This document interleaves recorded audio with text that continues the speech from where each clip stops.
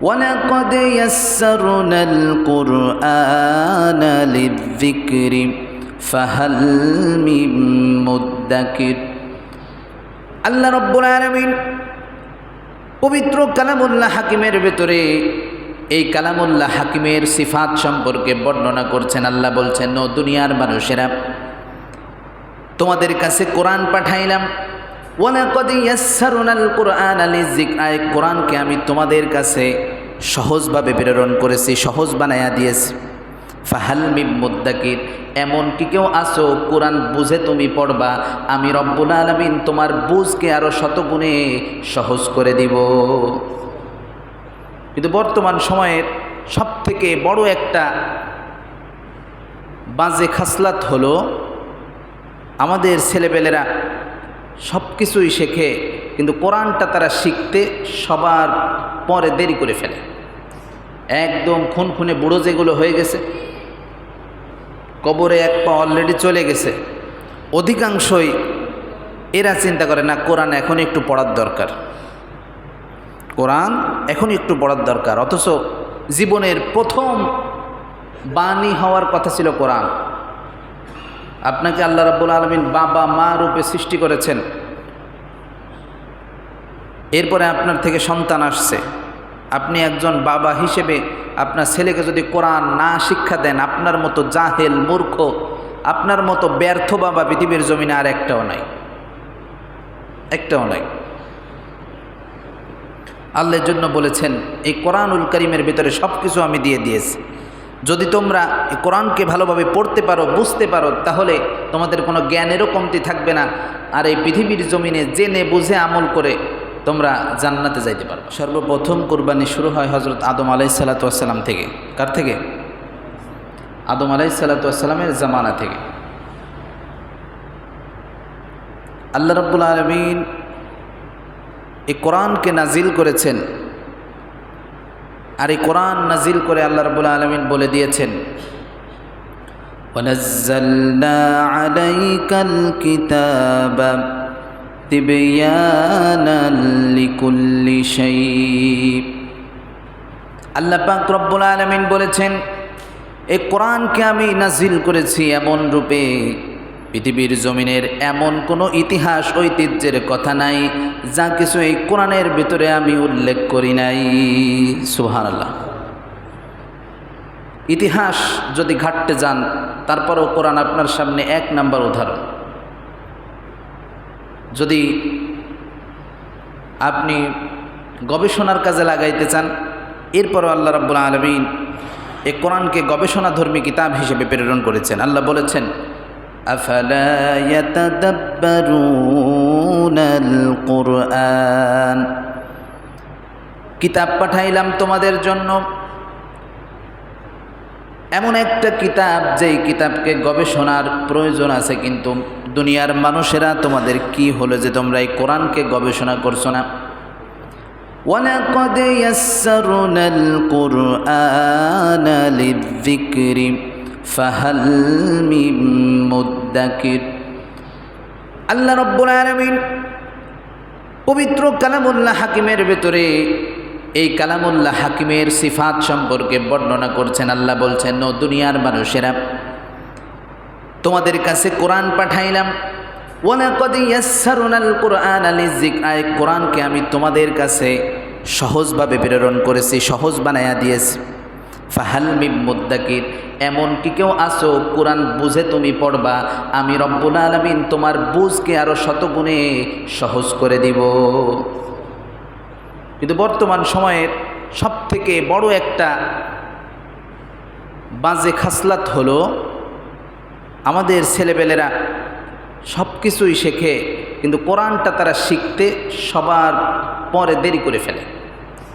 একদম খুনখুনে বুড়ো যেগুলো হয়ে গেছে, কবরে এক পা অলরেডি চলে গেছে, অধিকাংশই এরা চিন্তা করে না কোরআন এখন একটু পড়ার দরকার, কোরআন এখন একটু পড়ার দরকার। অথচ জীবনের প্রথম বাণী হওয়ার কথা ছিল কোরআন।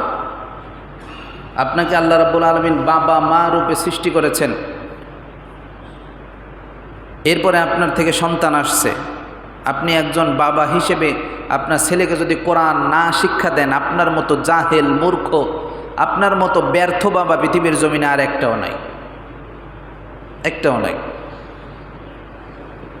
আল্লাহর জন্য বলেছেন এই কোরআনুল কারীমের ভিতরে সব কিছু আমি দিয়ে দিয়েছি, যদি তোমরা এই কোরআনকে ভালোভাবে পড়তে পারো, বুঝতে পারো, তাহলে তোমাদের কোনো জ্ঞানেরও কমতি থাকবে না, আর এই পৃথিবীর জমিনে জেনে বুঝে আমল করে তোমরা জান্নাতে যাইতে পারবা।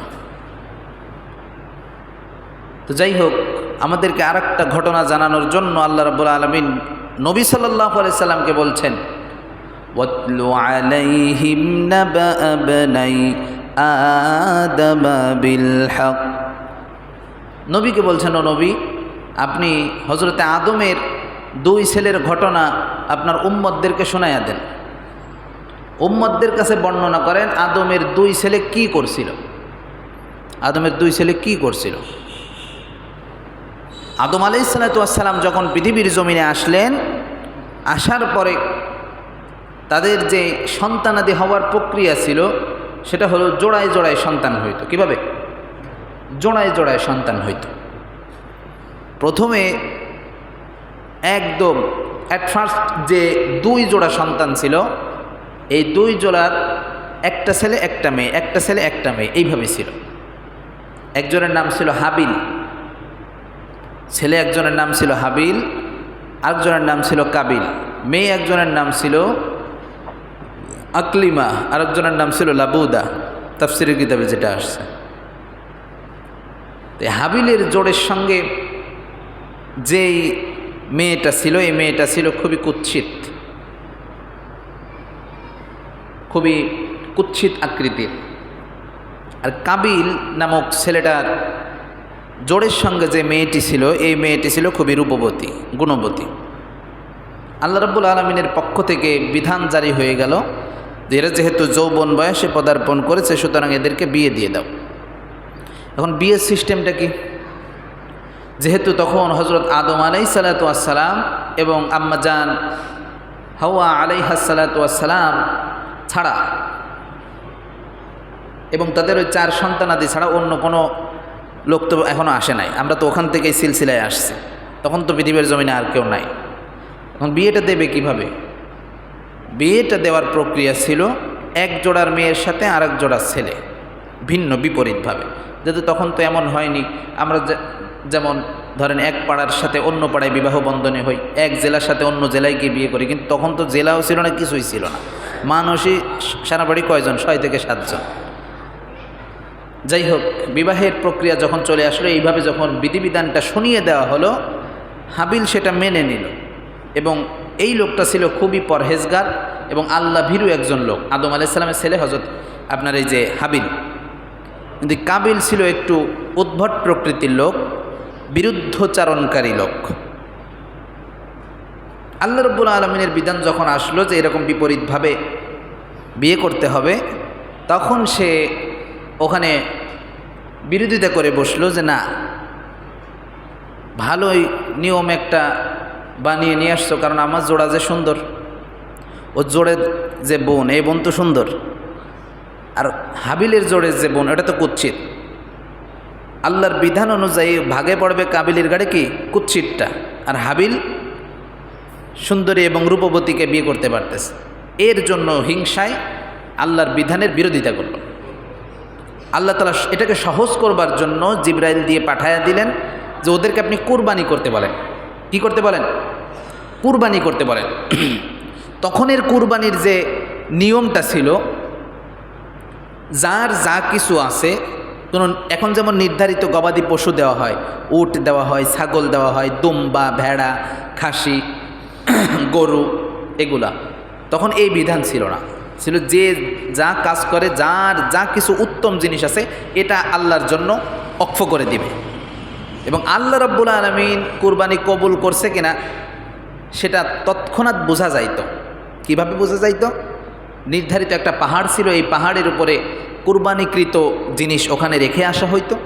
আল্লাহ রাব্বুল আলামিন যার কুরবানি কবুল করছেন, তার কুরবানি আসমান থেকে একটা আগুন এসে ঝলসে দিয়ে যাইতো, পুড়াইয়া দিয়ে যাইতো, বোঝা যাইতো এই ব্যক্তির কুরবানি কবুল হয়েছে।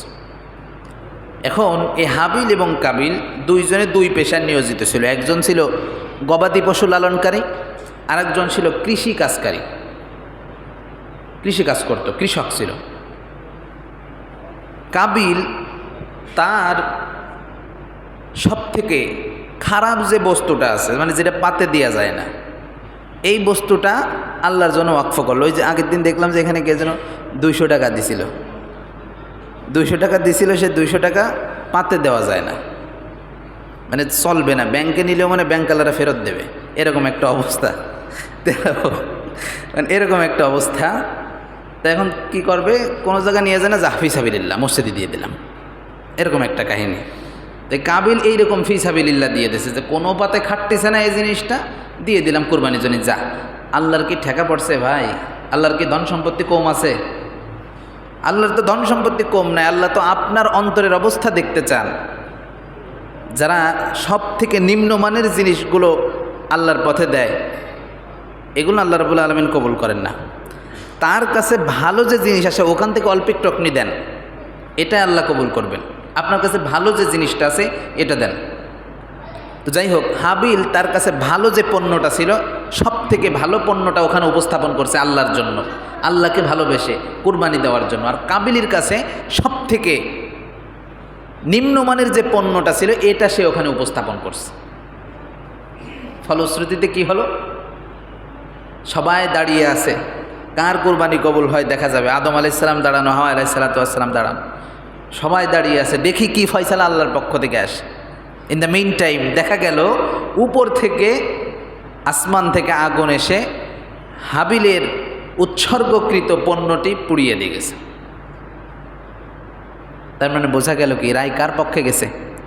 হাবিলের পক্ষে গেছে। তার মানে আল্লাহর যে বিধান সেই বিধানই কার্যকারী হয়েছে। তখন কাবিল মুহূর্তের ভিতরে এই বিষয়টিতে সে অপোজ করে উঠল, বিরোধিতা করে উঠল, মানবে না, সে মানবে না। এবং না মেনে সে বলল, ক্বালা লা আকতুলান্নাক, হাত তুলল। দেখবেন বড় বড় বুদ্ধিজীবী যারা, বুদ্ধিতে যখন হেরে যায়, যুক্তিতর্কে যখন হেরে যায়, তো কিছু না পেয়ে তখন হত্যার ষড়যন্ত্র করে, আছে না নাই? হত্যার ষড়যন্ত্র করে, চিন্তা করে এর সাথে তো বুদ্ধিতে পারলাম না, যুক্তিতর্কে পারলাম না, একটাই পথ আছে, এরা যদি দুনিয়া থেকে সরাই দেওয়া যায় আমার পথের কাটা শেষ। এরা হলো ওই কাবিলের অনুসারী। কার অনুসারী? প্রথমে যখন আল্লাহ তাআলা বিধান দিল, বিধান মানল না। আল্লাহ যখন উপর থেকে আগুন দিয়া কার কুরবানি কবুল হয়েছে এটা সরাসরি দেখায় দিলেন, প্রমাণ হয়ে গেল হাবিলই সঠিক পথে আছে, তখন সে কি বলল, এই হিসাব আমি মানি না, এই বিচার আমি মানি না, আমার পথে আমি অটল থাকবো। দুনিয়া কার ভাই? জোরে বলবেন, দুনিয়া কার? আল্লাহর দুনিয়ায় বিধান চলবে কার? আল্লাহ বিধান দিছে, আপনি আমি বলার কে যে এই বিধান আমি মানি না? বলার কে?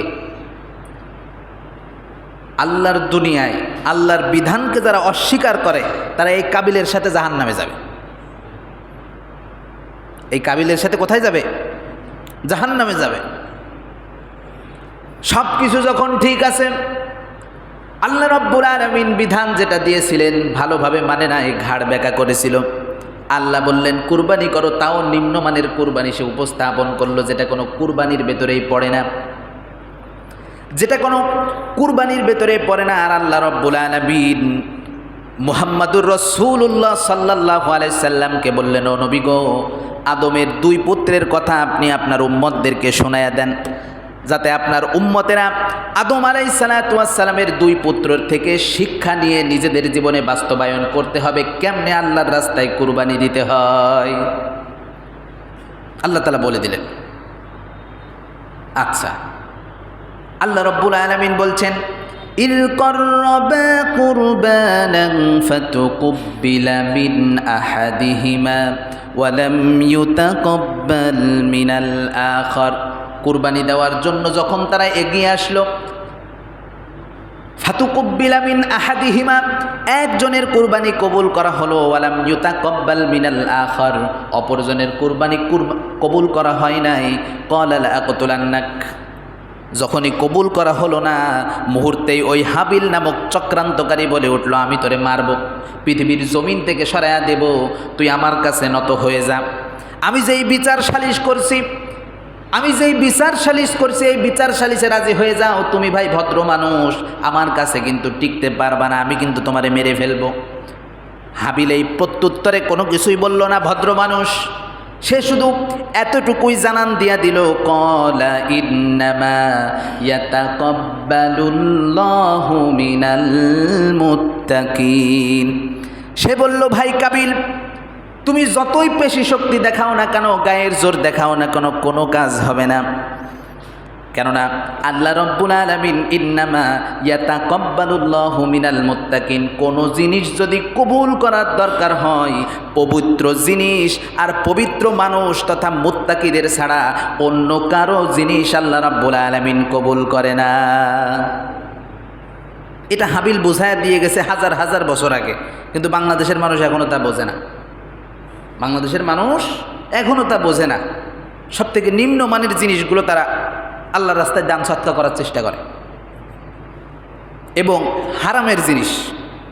আমার ভাইয়েরা, আল্লাহ রাব্বুল আলামিন হালাল ইনকামের পয়সা ছাড়া রাব্বুল আলামিন কবুল করেন না। কারণ আল্লাহ তো টাকার দরকার নেই ভাই, আল্লাহর টাকার দরকার আছে? আল্লাহ দেখতে চেয়েছেন আপনি হাড় ভাঙা পরিশ্রম করে আপনার কষ্টে উপার্জিত কিছু সম্পদ আল্লাহর রাহে, আল্লাহর পথে খরচ করেন কিনা, এটা আল্লাহ তাআলা দেখতে চেয়েছেন। আল্লাহর পয়সার অভাব নাই। আল্লাহ শুধু একটা ওয়ার্ড উচ্চারণ করবেন, একটা ওয়ার্ড শুধু ছুড়ে দিবেন, কুন ফায়াকুন, মুহূর্তের ভিতরে সেই জিনিসটা হয়ে যাবে। যেটার দিকে ইশারা করে আল্লাহ বলবেন যে হও, মুহূর্তের ভিতরে। সম্পদের দিকে ইশারা করে আল্লাহ রাব্বুল আলামিন যদি বলেন কুন, সঙ্গে সঙ্গে ফায়াকুন, মুহূর্তের ভিতরে সম্পদের পাহাড় এই দুনিয়ার বুকে হয়ে যেতে দেরি হবে। কিন্তু আল্লাহ তাআলা দেখতে চান আমার বান্দা আমার পথে তার কষ্টে অর্জিত সম্পদ দেয় কিনা। উদাহরণটা আমি এমনভাবে দিয়ে থাকি, ধরুন এই মসজিদে জুমার সালাত আদায় করবার জন্য আমরা এসেছি। এই মুহূর্তে একজন ভাইয়ের ওযু ছুটে গেল, স্বাভাবিক না? স্বাভাবিক বিষয় না? ওযু ছুটে গেল। ওই ভাইয়ের হাতে একটা রয়েছে বর্তমান লেটেস্ট মডেল যেটা চলে, আইফোনের আপনার কি বলে ওটা, 17 Pro Max। এইটা একজনের হাতে দিয়ে গেল, সে ভাই এটা ধরো আমি ওযু করে আসি, এটা ধরো আমি ওযুটা করে আসি, এখান থেকে যে ওযু করে আসবে।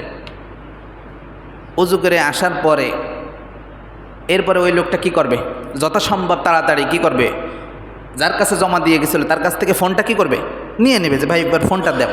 আচ্ছা আমরা সবাই একটু বলি তো ভাই, এইমাত্র কিছুক্ষণের জন্য ওই ফোনটার দায়িত্ব যে ব্যক্তি পাইছিল, ওই ব্যক্তি ওযু করে আসার পরে তার ফোন, এই দামি ফোনটা যখন তার কাছে চাইলো, এই ব্যক্তি দিয়ে দিতে কি মোটেও দেরি করবে?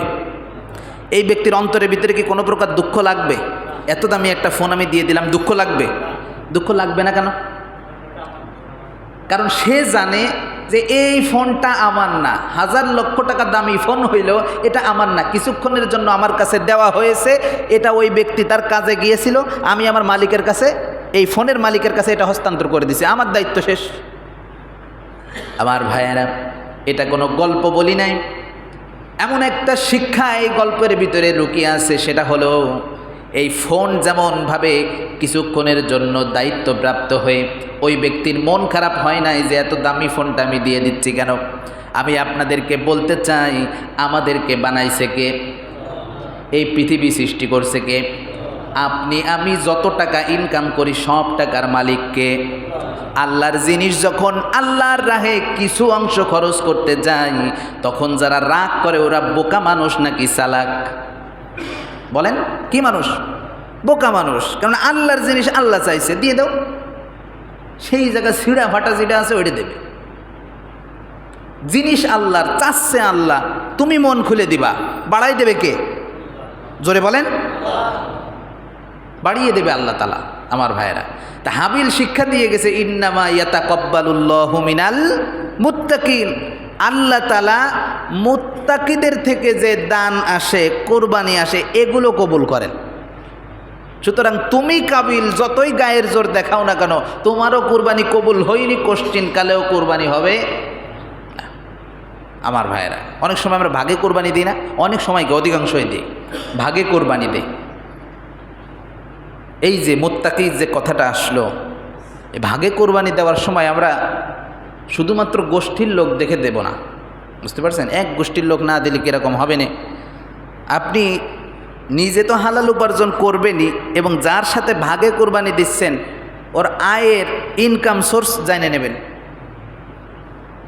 ইনকাম সোর্স জেনে নেবেন, যেটা হালাল কিনা, এটা হালাল কিনা এটা আপনি জেনে নেবেন। তা না হইলে স্বাভাবিকভাবে একটা গরুকে স্বাভাবিকভাবে কি জীবন্ত অবস্থায় ভাগ করা যায়? ভাগ করা যায়? কাটে ভাগ করা যায়? যায় না। সবাই মিলেই তো গরুটারে জবাই করতেছেন। আমার ভাইয়েরা, অংশীদারের ভেতরে কারোর টাকা যদি হারাম হয়ে যায়, ওই একজনের জন্য সবার শেষ। এক বালতি সুন্দর রিফ্রেশ করা একদম গরুর দুধ, ওর ভিতরে এক ফোঁটা যদি গরুর পেশাব লাগে কি হবে? খাওয়া যাবে? একদম ঠিক এরকম হারাম ইনকাম যদি ওর ভিতরে ঢুকে যায়, আপনার কোরবানি শেষ। এই জন্য আমি অনেক সময় উৎসাহ দিয়ে থাকি, নিজের অল্প সামর্থ্য আছে একটা ছাগল দেন, একটা ছাগল দেন। হারাম ইনকাম, আহারে ভাই ছেয়ে গেছে। কারণ এখন যেখানেই যাবেন মানুষ খালি টাকা দেখে মূল্য দেয়। এই লোকটা টাকা কোথার থেকে ইনকাম করতেছে, ঘুষখোর কিনা, চগলখোর কিনা, সুদখোর কিনা, ইনকামের সোর্স কি, কিছুই দেখে না, শুধু দেখে টাকা আসা বানা দিয়েছে মেম্বার। আমার ভাইয়েরা, এই বিষয়টা খেয়াল রাখার দরকার আছে না নাই? হাবিল আমাদের শিক্ষা দিয়ে গেছে, ইন্নামা ইয়াতাকাব্বালুল্লাহু মিনাল মুত্তাকিন। গায়ের জোর দেখায় কাজ হবে না। হারাম উপার্জন করবা, তোমার কোনো কিছু আল্লাহ কবুল করবে না। কিয়ামতের ময়দানে যায় দেখবে যে সব 0 মুত্তাকি, এই তাকওয়া বা ঈমান, এগুলোর ভ্যালু হলো এক। এগুলোর ভ্যালু কত? এক। ভ্যালু বা মূল্য হলো এক। আর প্রত্যেকটা ভালো কাজের মূল্য যদি আমরা ধরি 0, তাহলে চিন্তা করেন, যার ঈমান আছে, যার তাকওয়া আছে, যার ঈমান আছে, যার তাকওয়া আছে, তার মূলধন নামক এক আছে, ঠিক কিনা? এক সে অর্জন করেছে। এরপরে সে একটা ভালো কাজ করলো, দান সৎকা করলো। ভালো কাজের মূল্য কত বলছিলাম? 0। একের পিছনে কত বসলো ভাই? 0 বসলো। কত হইল? 10। আরেকটা ভালো কাজ করলো, পিছনে আরেকটা 0 বসলো। কত হইল? এইভাবে হাজার, লক্ষ, বিলিয়ন, ট্রিলিয়ন ছাড়িয়ে যাবে। ছাড়িয়ে গেল, লাস্টে যদি আমি একটা কেটে দেই কি হবে? 0 0 0। এবার 1000 কোটি 0 দিয়েও কাজ আছে? ঈমান ছাড়া, তাকওয়া ছাড়া ভালো কাজের মূল্য এমন 0। এই জন্য অনেক সময় আমরা বলি, মুসলমান ভালো কাজ করে জান্নাতে যাওয়ার আশা করে, হিন্দুরা কেন পারবে না? ওরাও তো ভালো কাজ করে, ওদের চ্যারিটি ফান্ড আছে, ওদের দাতা ফান্ড আছে, নিজেরা অনেক দান সৎকা করে, নানানভাবে মানুষের ঘর বাড়ি করে দিচ্ছে, তাহলে ওরা কেন জান্নাতে যাবে না? কারণ ওদের মূলধনই নাই। মূলধন না থাকলে সে ব্যবসা করতে পারে? পারে না। আমার ভাইয়েরা, হাবিল আমাদের শিখাইছে, ইন্নামা ইয়াতাকাব্বালুল্লাহু মিনাল মুত্তাকিন। তাকওয়া যাদের আছে, মুত্তাকি যারা, এদের থেকে আল্লাহ তাআলা কবুল করবেন। আচ্ছা, তারপরে কি হলো? এইবার বলা হলো, লাইম বাসাত্তা ইলাইয়া ইয়াদাকা লিতাকতুলানি মা আনা বিবাসিতি ইয়াদিয়া ইলাইকা লিআকতুলাক। মুহূর্তের ভিতরে যুক্তি তর্কে হেরে গিয়ে আদম আলাইহিসসালামের ছেলে কাবিল যখন হাবিলকে মারবার জন্য এগিয়ে আসলো, হাতকে প্রসারিত করলো, সে বলল, তুমি আমাকে মারতে পারো ভাই, কিন্তু আমি তোমার গায়ে হাত তুলে কখনো আল্লাহর বিধানের উপরে সীমা লঙ্ঘন করার সিদ্ধান্ত আমি নিব না। কোনো মুসলমানকে ইচ্ছাকৃতভাবে যদি হত্যা করে, তাহলে সে কাফের হয়ে যায়। কি হয়ে যায়?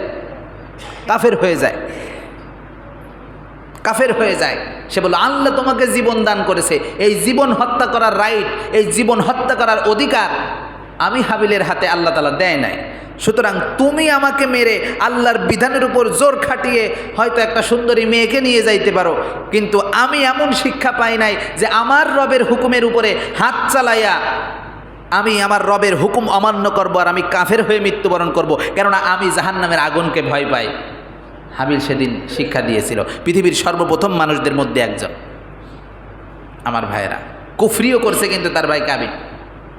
তাকে যখন মেরেই যখন ফেললো, এইবার হতাশ হয়ে বসে আছে যে কী করবে। কেননা তখন তো সে দাফন কাফন করার পদ্ধতি জানে, কিছু জানে না, কিন্তু কিছুই জানে না, কেননা পৃথিবীর প্রথম হত্যা সে করছে। এজন্য বলা হয় যত মানুষ সেই সময় থেকে যত মানুষ কোনো মানুষকে ইচ্ছাকৃতভাবে স্বার্থের জন্য স্বার্থের লোভে হত্যা করবে, তার একটা পার্সেন্টেজ এই কাবিলের আমল নামায় ফিলাক্সিলেট হইতে থাকবে সারা জীবন, কিয়ামত পর্যন্ত হইতে থাকবে। আপনি একটা ভালো কাজ শুরু করে গেলে এর যেমন সদকায়ে জারিয়া বহমান সদকা চলতে থাকে, ঠিক তেমনই কোনো খারাপ কাজের সূচনা যদি আপনি সমাজে বাস্তবায়ন করে যান, মানুষকে উদ্বুদ্ধ করে যান, এরও একটা আপনার গুনাহে জারিয়া আপনার কবরে চলে যাইতে থাকবে। আমার ভাইয়েরা, তাহলে চিন্তা করেন সেইখান থেকে কত গুম খুন নাটকীয় হত্যা হয়েছে না, সব কিছু আমল নামা কাবিলের ঘাড়ে যেয়ে পড়তেছে, কারণ প্রথম হত্যা সে শিখাই গেছে। এমন একটা অবস্থা হয়ে গেল, কাবিল যখন তার ভাই হাবিলকে হত্যা করে ফেলল, তার ভাইয়ের লাশটা নিয়ে সে বেকুপের মতো বসে আছে। সে চিন্তা করতেছে, আমার আব্বা আম্মা গেছে হজে, কাবা ঘর জিয়ারতের জন্য আদম আলাইহিসসালাতু ওয়াসসালাম এবং হাওয়া আলাইহিসসালাতু ওয়াসসালাম গিয়েছিলেন। এই ফাঁকে যখন কাবিল তার ভাই হাবিলকে মেরে ফেলল, মন খারাপ করে বসে আছে, এই লাশ কি করবে সে জানে না। মুহূর্তের ভিতরে আল্লাহ রাব্বুল আলামিন বলেন, ফাবাআসাল্লাহু গুরাবান ইয়াবহাসু ফিল আরদি লিয়ুরিয়াহু কাইফা ইউয়ারি সাওআতা আখি। মুহূর্তের ভিতরে আল্লাহ রাব্বুল আলামিন কয়েকটা কাক পাঠায়া দিলেন। গোরাবুন মানে কাক, কি পাঠাইল আল্লাহ? কাক পাঠায়া দিলেন। ফাবাআসাল্লাহু গুরাব ইয়াবহাসু ফিল আরদি লিয়ুরিয়াহু কাইফা ইউয়ারি সাওআতা আখি। এই কাকেরা এসে কাবিলকে শিখায়া দিল কেমনে নিজের ভাইয়ের লাশ সে দাফন করবে। কেমনে শিখাইলো, এর ব্যাখ্যায় আসছে যে সে নিজে দেখলো যে কিছু কাক আসলো, কাক আসার পরে দুজনের ভিতরে ঝগড়া হলো এবং তারা ঠোকর দিয়ে একজন আরেকজনকে মেরে ফেললো। এইবার একটা কাক সে নিজের পা দিয়ে মাটি খুঁড়ে কিছু গর্ত করে ঠোঁট দিয়ে অপর তার স্বজাতি ভাই কাককে কি করতেছে, মাটির ভিতরে পুঁতে রেখে দিল। তখন সে বলল, আয় হায়, ক্বালা ইয়া ওয়াইলাতা আ'জাজতু আন আকুনা মিসলা হাযাল গুরাব। হায় হায়, আমি তো এমন বেকুপের বেকুপ, এই কাক নিজে জানে মারার পরে লাশ কোথায় রাখতে হয়, কিন্তু আমি এমন বোকার বোকা, এমন বোকার বোকা আমি যে আমি নিজেই জানি না মারছি ঠিকই, কিন্তু মারার পরে লাশ কীভাবে দাফন করতে হয় কাকের কাছ থেকে আমার শিখতে হলো। শিখাইছে কে? আল্লাহ তাআলা। আমার ভাইয়েরা, এইভাবে দাফন প্রক্রিয়া সে শেষ করলো। আমার বলার যে মূল টার্গেট সেটা হলো, স্বাভাবিকভাবে আমরা কুরবানির আলোচনা করে থাকি। মূলত আমরা যেই প্রচলিত যে কুরবানিটা দিই, এই কুরবানিটা হলো হযরত ইব্রাহিম আলাইহিসসালাতু ওয়াসসালাম এবং ইসমাইল আলাইহিসসালাতু ওয়াসসালামের যে বিশেষ একটা ঘটনা সূরা সফফাতের ভিতরে আল্লাহ রাব্বুল আলামিন বর্ণনা করেছেন, ওই ঘটনার মাধ্যমেই যেই রীতি বা নীতি এসেছে, এই রীতিনীতিতে আমরা কুরবানি দিই, ঠিক কিনা? কিন্তু কুরবানির যে প্রাচীন ইতিহাস, এটা হলো এই শুরু থেকেই হয়ে আসছে।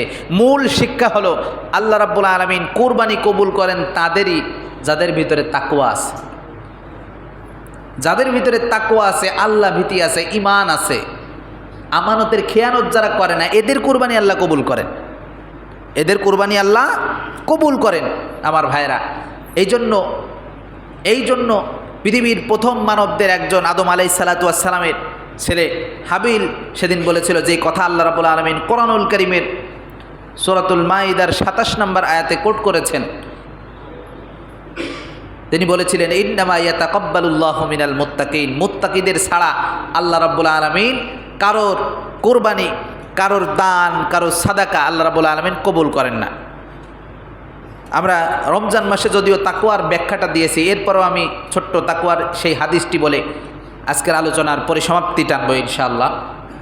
উবাই ইবনে কাব রাদিয়াল্লাহু তাআলা আনহু একবার আমিরুল মুমিনিন হযরত ওমর রাদিয়াল্লাহু তাআলা আনহুকে বললেন, ওমর রাদিয়াল্লাহু তাআলা আনহু উবাই ইবনে কাবকে জিজ্ঞাসা করলেন, উবাই ইবনে কাব, তুমি কি জানো তাকওয়া কি জিনিস, বা তুমি কি আমাকে বুঝাইতে পারো তাকওয়া কি?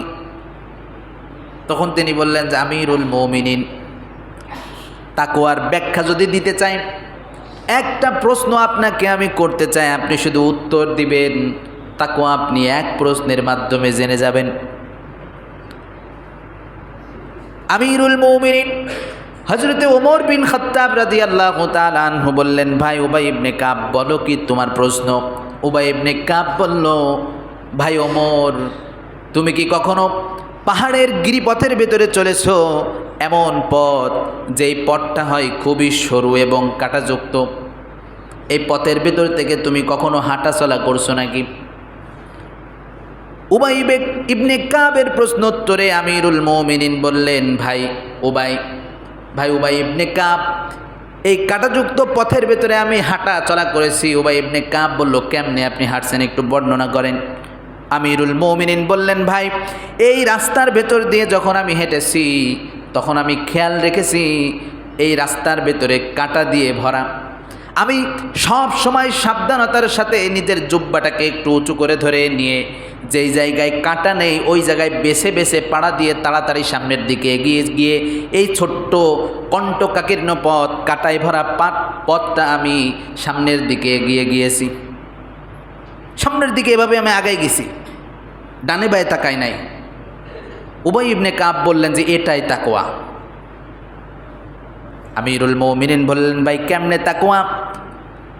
উবাই ইবনে কাব রাদিয়াল্লাহু তাআলা আনহু বললেন, আমিরুল মুমিনিন, আপনি যেমন কাঁটাযুক্ত পথে শুধু দেখছেন কোথায় কোথায় কাঁটা নাই, ওই ভালো জায়গাগুলো পাড়া দিয়ে নিজের জুব্বাটাকে হালকা করে গুছিয়ে নিয়ে নিজের গায়ে যেন কোনো ক্ষত না হয়, পোশাক যেন না ছিঁড়ে যায়, সব দিকে খেয়াল রেখে সামনে দ্রুত এগিয়ে গিয়েছেন।